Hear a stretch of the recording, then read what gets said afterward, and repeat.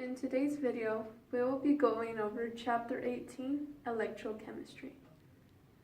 Topics we will go over is redox reactions, galvanic cells, standard reduction potential, thermodynamics of redox reactions, batteries, and concentration of cells. The first topic we will be going over is redox reactions.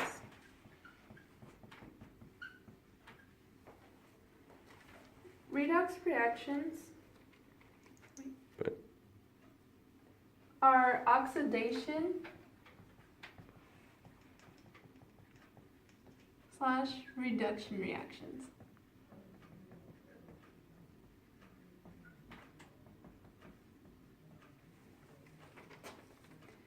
Where energy is released by a spontaneous reaction and it's converted into electricity. It can also be defined as the electrical energy used to cause a non-spontaneous reaction. In a redox reaction, one atom or a compound will steal electrons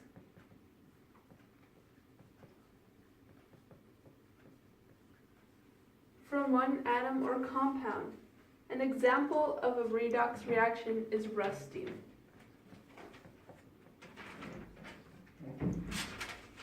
In this case of rusting, the oxygen steals electrons from the iron. The oxygen will go through the reduction and the iron will oxidize. Right. Now, to balance a redox reaction,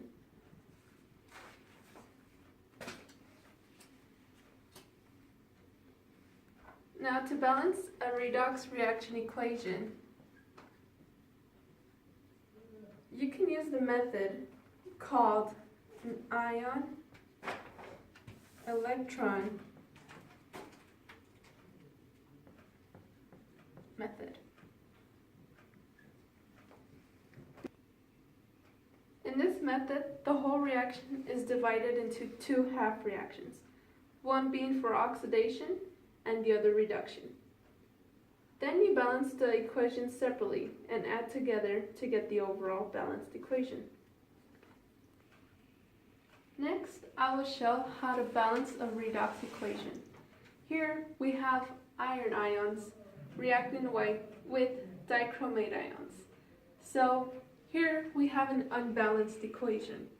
The first step to balance it is to separate the equation into two half reactions.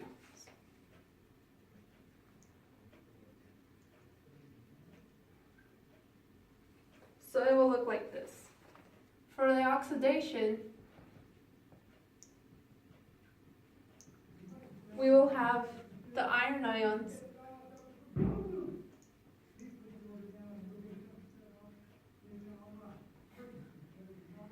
and the reduction.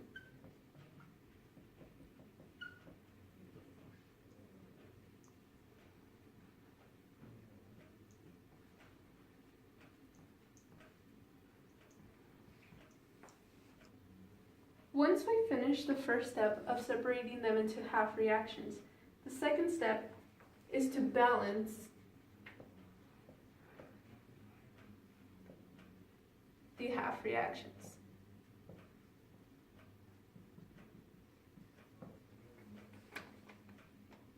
Although the atoms are already balanced for the oxidation part, we need to balance the charge. And to do that, we add an electron to the right side. So it will look a little like this.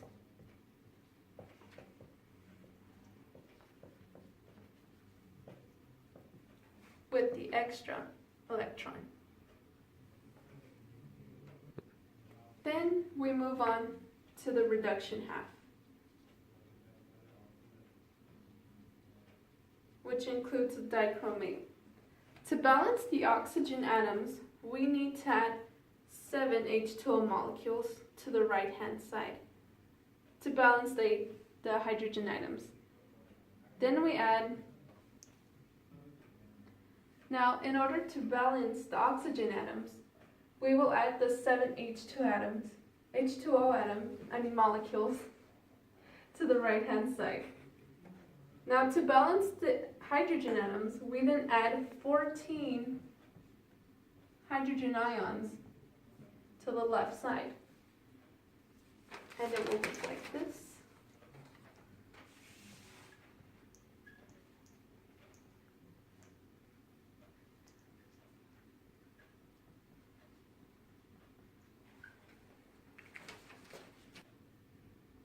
So there are now 12 positive charges on the left-hand side and only 6 positive on the right-hand side.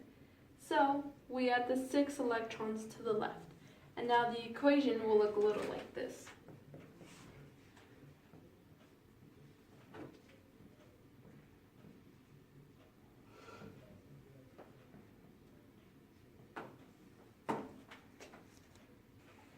Now, the next step is to add both of the half equations together and balance it out to ensure that the number of electrons are equal.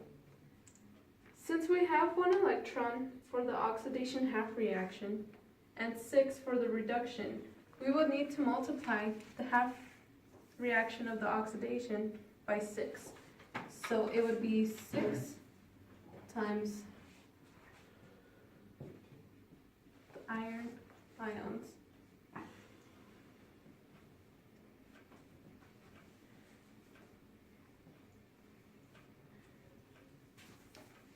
and we'll have the reduction half reaction on the bottom.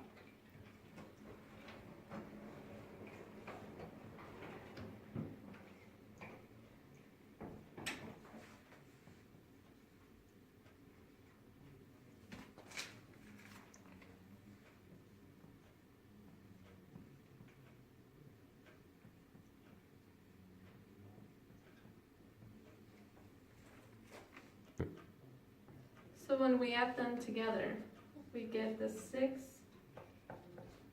iron plus the 14 hydrogen ions plus the dichromate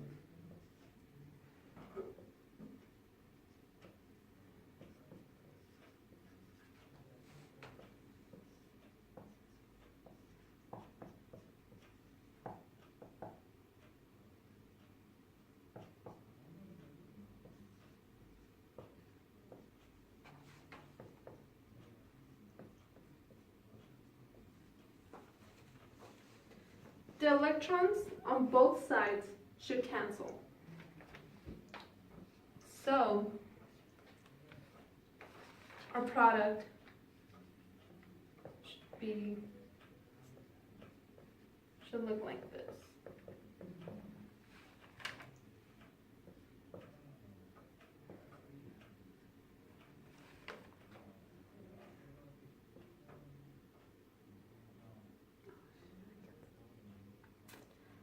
I canceled out the wrong one, so it's actually the electrons on the end. These are the iron ions. So with that, we have the 6 here.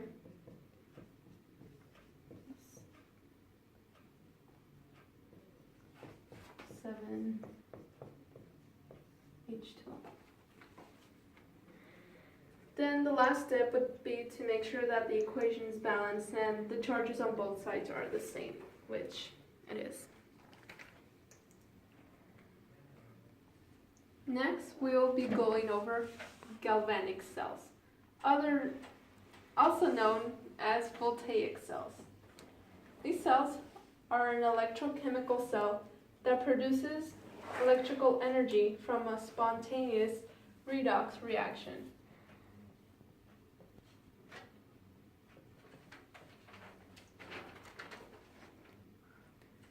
So the galvanic cells involve a spontaneous electrochemical reaction in which the half reaction ions are separated so that the current can flow through an external wire. This could be seen in the case where zinc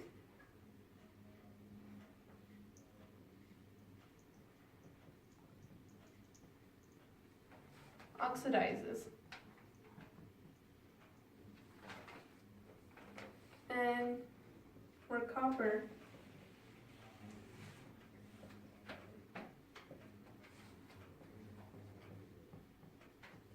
is going through reduction.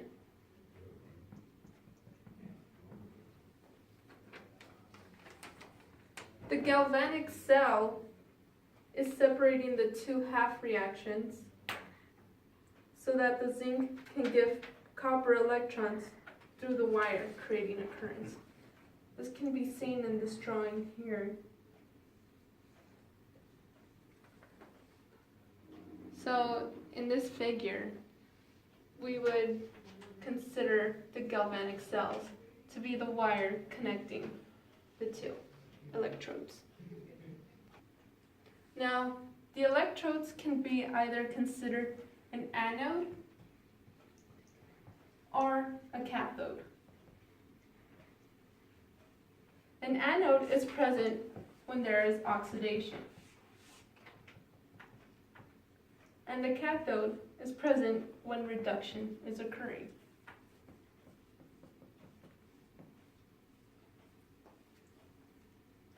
It's important to know the difference between the anode and the cathode when looking at figures so you can distinguish what the electrode is. This can help you figure out how the galvanic cell is structured. Standard reduction potential.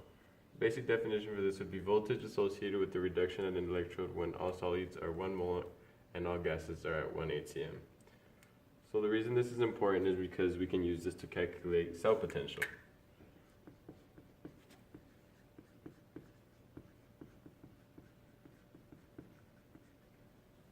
Cell potential is the potential energy of the redox reaction that we're going to be working with.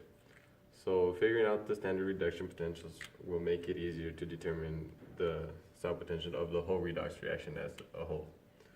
So there is no way to actually calculate the standard potential for each of the half reactions alone. So therefore we need a starting point and a reference.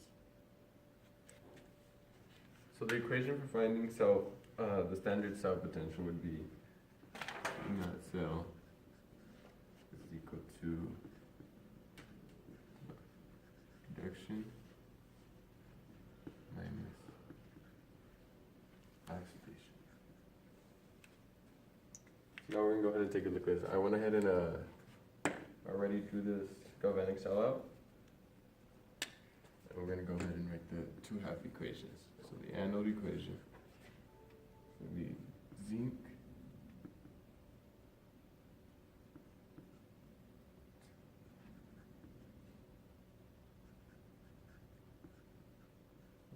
plus 2 electrons. The cathode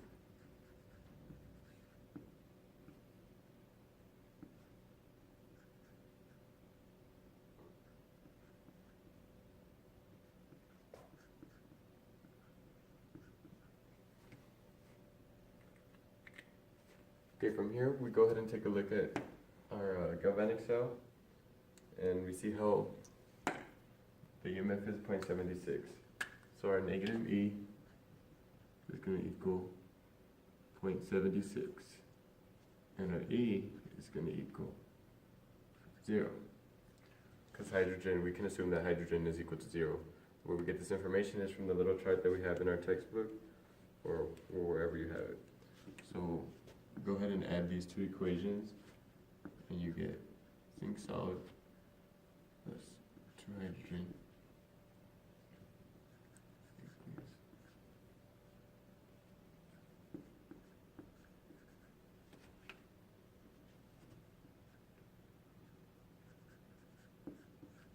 equals and then plus hydrogen gas, and then so then we go ahead and add these, so it's on the cathode minus the anode. So then it ends up giving us a standard potential, of 0.76. Okay. So now we're going to look at a different example, see if we can find the standard reduction potential by just looking at this galvanic cell. So the first thing we do is we get the half equations, which we would get from the table that we have. So we have them here. So aluminum.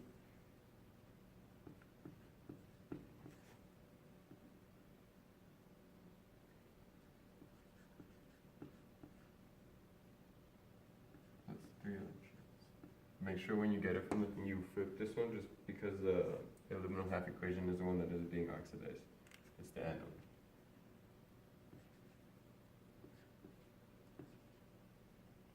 Lead. That's 2 electrons.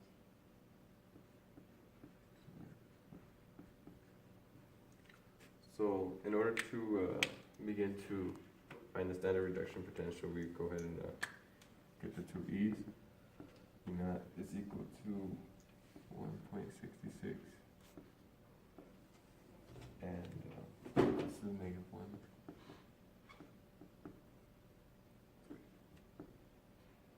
Wait, 1.3. 1. So the next step would be now to add them together, but we cannot add them unless they're balanced. So we're going to go ahead and multiply this one by 2 and this one by 3, so that way the electrons are even. And note that when you are multiplying each half reactions by an integer, as you could say, doesn't mean that you multiply any, you don't do any, you leave the standard potential alone. So then we come out with an equation that looks like this. 2.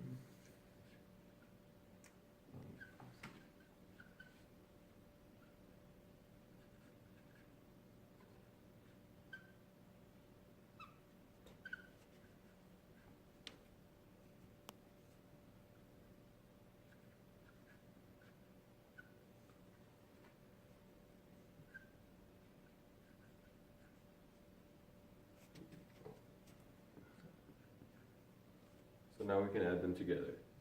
So we end up getting E naught is equal to 1.53 volts. Right. So we went ahead and added these two, and that's how we found our standard reduction potential for our galvanic cell. Now that we have our galvanic cell, we can create our line notation. Line notation can be used to describe the built galvanic cell. So go ahead and write it out as this. You want to first start off with your anode, all the way on the left side, so it's going to be aluminum, solid. And then you want to go ahead and put a line in between that and what is being oxidized, which is your other solution. It's going to be 3 plus, and then like this as well. And then we're going to go ahead and put our salt bridge, which we'll do it in a different color.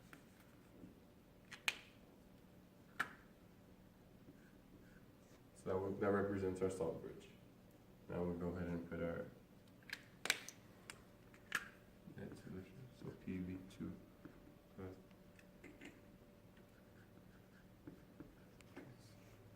And then we're going to go ahead and put another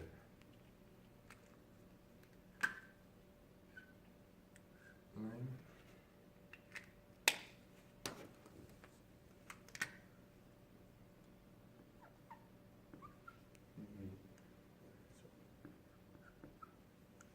So this represents our anode, which is always going to be on your left-hand side, always. And then this is going to be your cathode. In between, right here is the salt bridge, and you can put that this is oxidation. And this is reduction.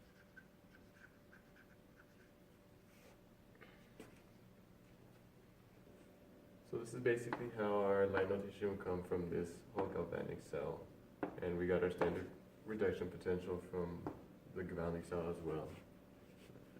About its thermodynamics of redox reactions. So first, we're gonna go ahead and just get a basis of information. You can see it basically shows the relationship between delta G, E naught, and K. So delta G is equal to negative N F E cell, where N is equal the number of moles of electrons in a reaction.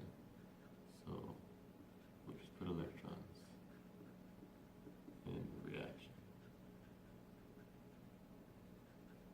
Moles. Where F represents Faraday's constant, which is 96 joules over volts per mole. And then we can get the second equation that we get from using K. It's going to be G naught is equal to RT, natural log of K. The reason we use K is because it helps us figure out whether the reaction favors the forward or reverse reaction in an equilibrium situation. So T would obviously be our temperature, but we can go ahead and see how all three of these are going to be constant.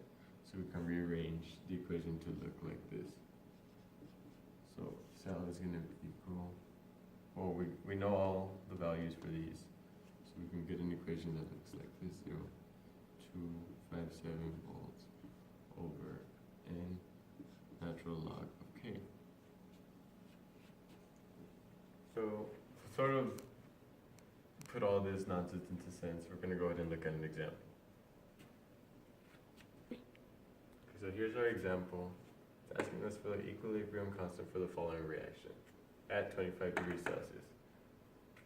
So first thing we got to do is break down the equation into two half reactions. So we have the oxidation half reaction, which will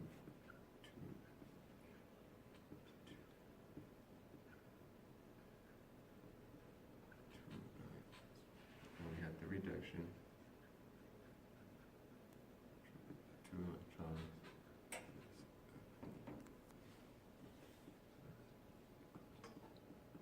Fe. So, in order to find the equilibrium, we first have to find out N. So N is equal to the number of moles. So there's 2 moles of electrons formed in oxidation, and there's 2 moles being absorbed in the reduction process. So the same moles are being lost and gained. So N is going to equal 2. We go ahead and write our equation. So E is going to equal to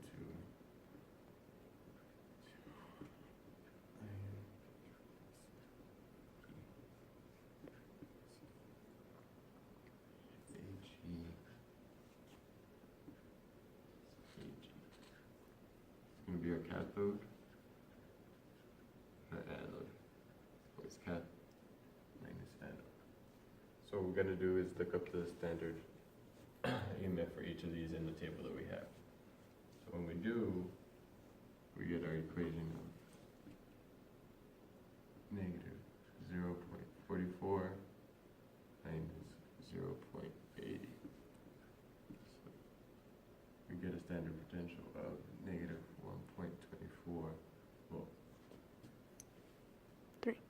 Okay, so now we have our standard reduction potential. We can go ahead and plug it into this equation that we have right here. And we go ahead and rearrange it so it looks like so. It will be K equals E to the power of N cell and then times N over 0.0257 volts.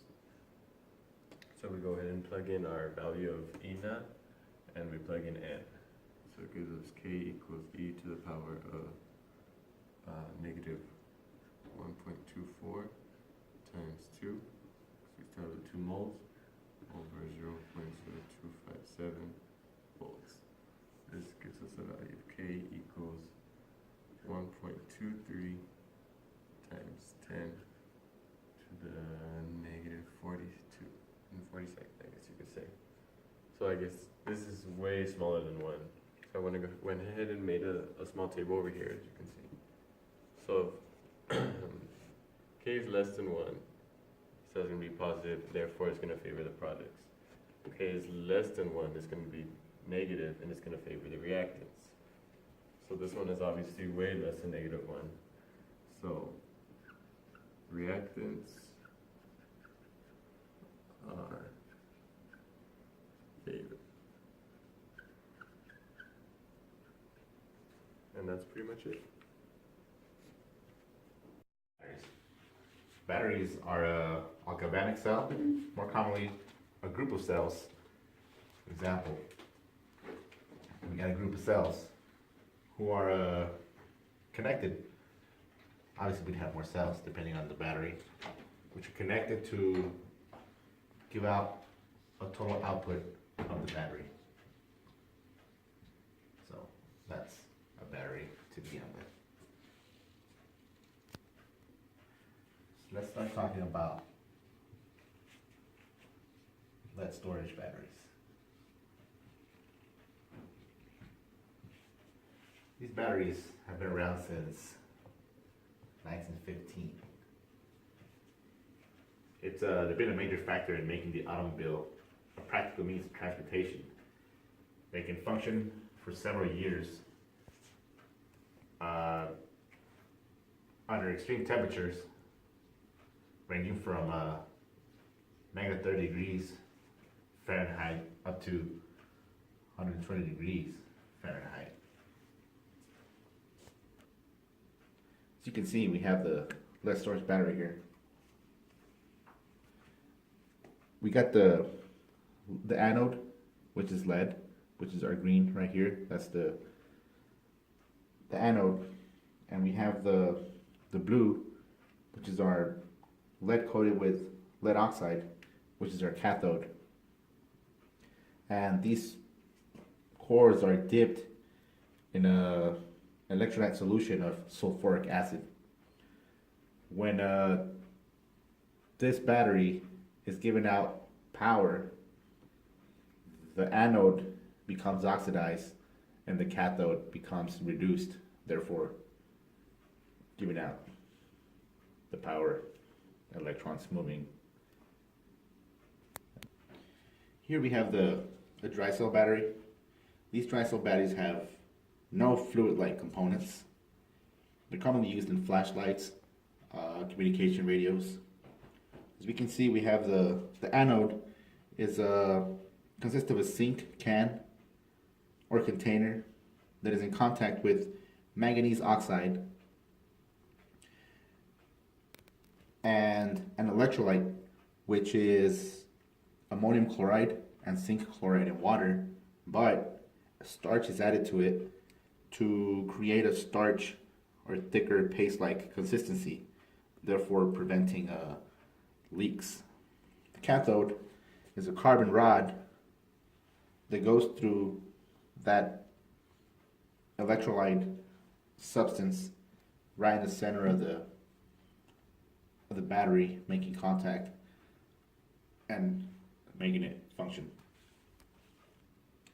Now we got the mercury battery, which is used highly in the medicine and electronic industries. It's also more expensive. It's contained in a small stainless steel cylinder, which consists of zinc, which is the anode, mixed or combined with mercury.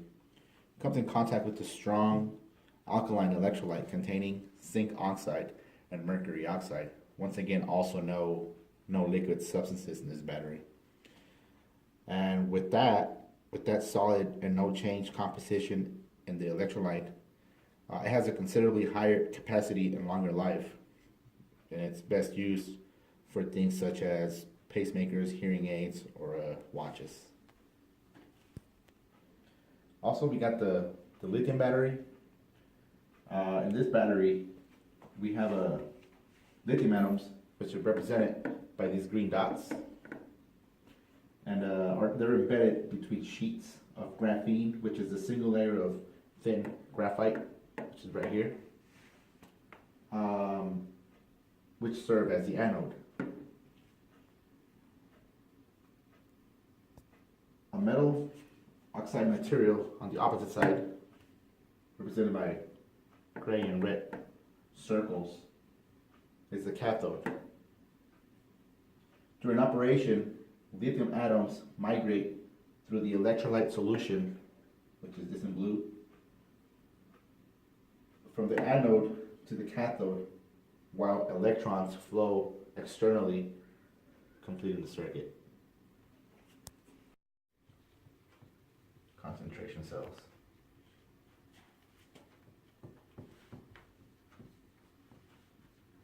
Alright, so let's say we have two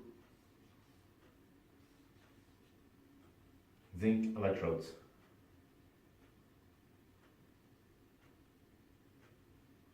Sideways, alright. We have two zinc electrodes. They're put into two aqueous solutions.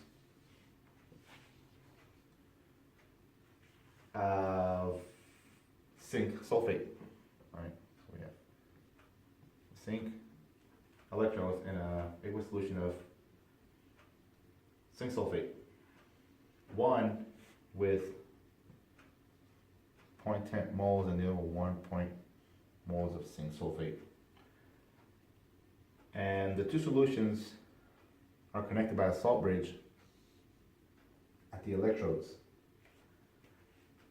According to the Chapter18 principle, the tendency for this reaction will be